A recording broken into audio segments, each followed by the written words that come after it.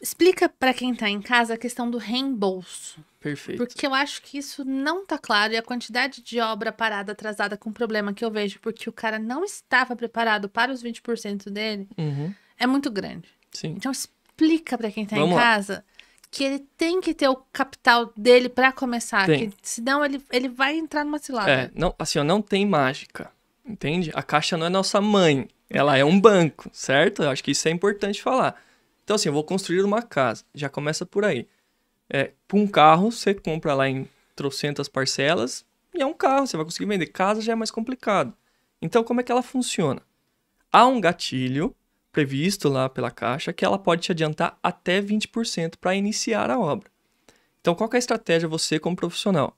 Coloque as 2 primeiras parcelas do cronograma, ou seja, acelere um pouquinho mais as atividades do começo para cumprir esses 20%. E aí depois, então, olha, adiantou 20, assinei o contrato. Lembrando, profissional, por favor, avise o cliente. Ele tem taxa para pagar para assinar. Então, ele tem lá, sei lá, R$6.000 para pagar na hora de assinar. Ele tem que entender que ele tem essa taxa. Legal. Assinou o contrato. Vai vir 20% de adiantamento desse valor que eu falei que ele ia gastar na obra. Ele vai fazer o primeiro mês, vai chamar a gente vai fazer a PLS, fazer o relatório fotográfico, mandar para a Caixa. Caixa, o João fez mesmo os 10%. Ele vai receber? Não. Ele já recebeu 20%.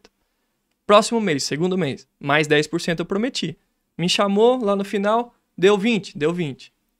Caixa, tá aqui, deu 10 mais 10, deu 20%. Porque ele recebeu o adiantamento de 20%. Já adiantou, mas não tá entrando mais nada.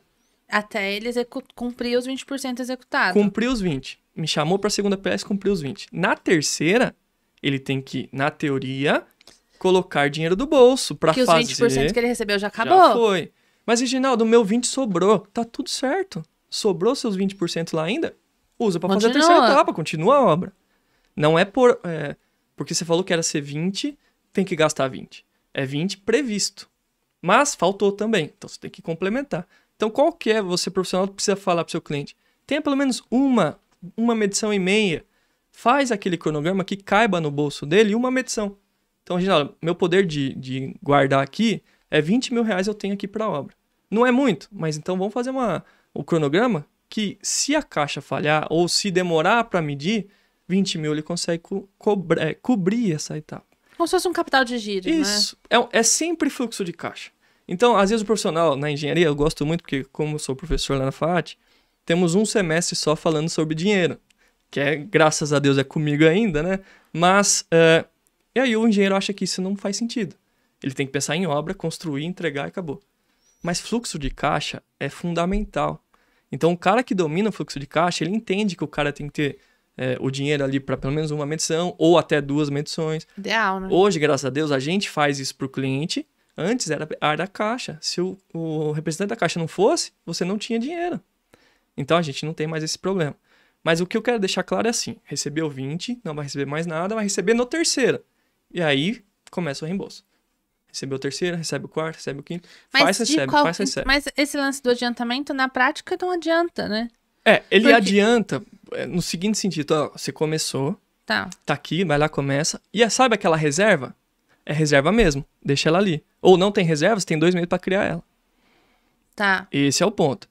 Então, assim, você tem 2 meses para se virar. Pra ter a reserva. Para fazer sua reserva. Não é o dinheiro da Caixa que vai pagar o 100% da obra, a pessoa tem que entender isso antes de começar para ela não ter problema. Não tem jeito. Tá. Assim, é lógico que se nas etapas ela conseguir economizar, qual que é a estratégia? Compra. O melhor lucro é a compra, uma boa compra. Então, você, profissional, compre de uma forma correta. Atrele o pagamento da mão de obra com a medição da Caixa. E você, na Custear, que faz essa parte Sim. de compra com o cliente? Faça toda essa... Quando a gente é contratado para gestão, a gente tem um sistema ERP lá que controla todo... eu tenho uma equipe que faz só a parte de compras. Então, assim, olha, vai ser financiamento? Então, a mão de obra vai ser paga dessa seguinte forma. O material, olha, eu consigo te pagar 30 dias depois que entregar. Claro que tem coisa que é à vista, não tem jeito. Mas aquilo que eu consigo fazer uma continha corrente lá na loja... Tudo isso que eu consigo 30 dias, por que 30 dias você fala isso, Reginaldo? Porque você executou, eu medi, o cliente recebe, daí ele paga a loja. Então, uma boa estratégia de suprimentos, olha o tanto de coisa que a gente está falando que não é engenharia. Suprimentos, finanças. Fez que um bom não é suprimento. engenharia, mas é engenharia. É engenharia bruta, É engen- sabe? Aquela que o cara se forma com 5 anos, pega a bota e vai pra obra. Ele não quer saber do resto. Então tem muito cenário que nós, como engenheiros e arquitetos, né, podemos auxiliar. Então ele vai lá, faz esse cronograma de suprimentos, faz o cronograma de desembolso. Pode ocorrer do cara por mais dinheiro? Claro que pode.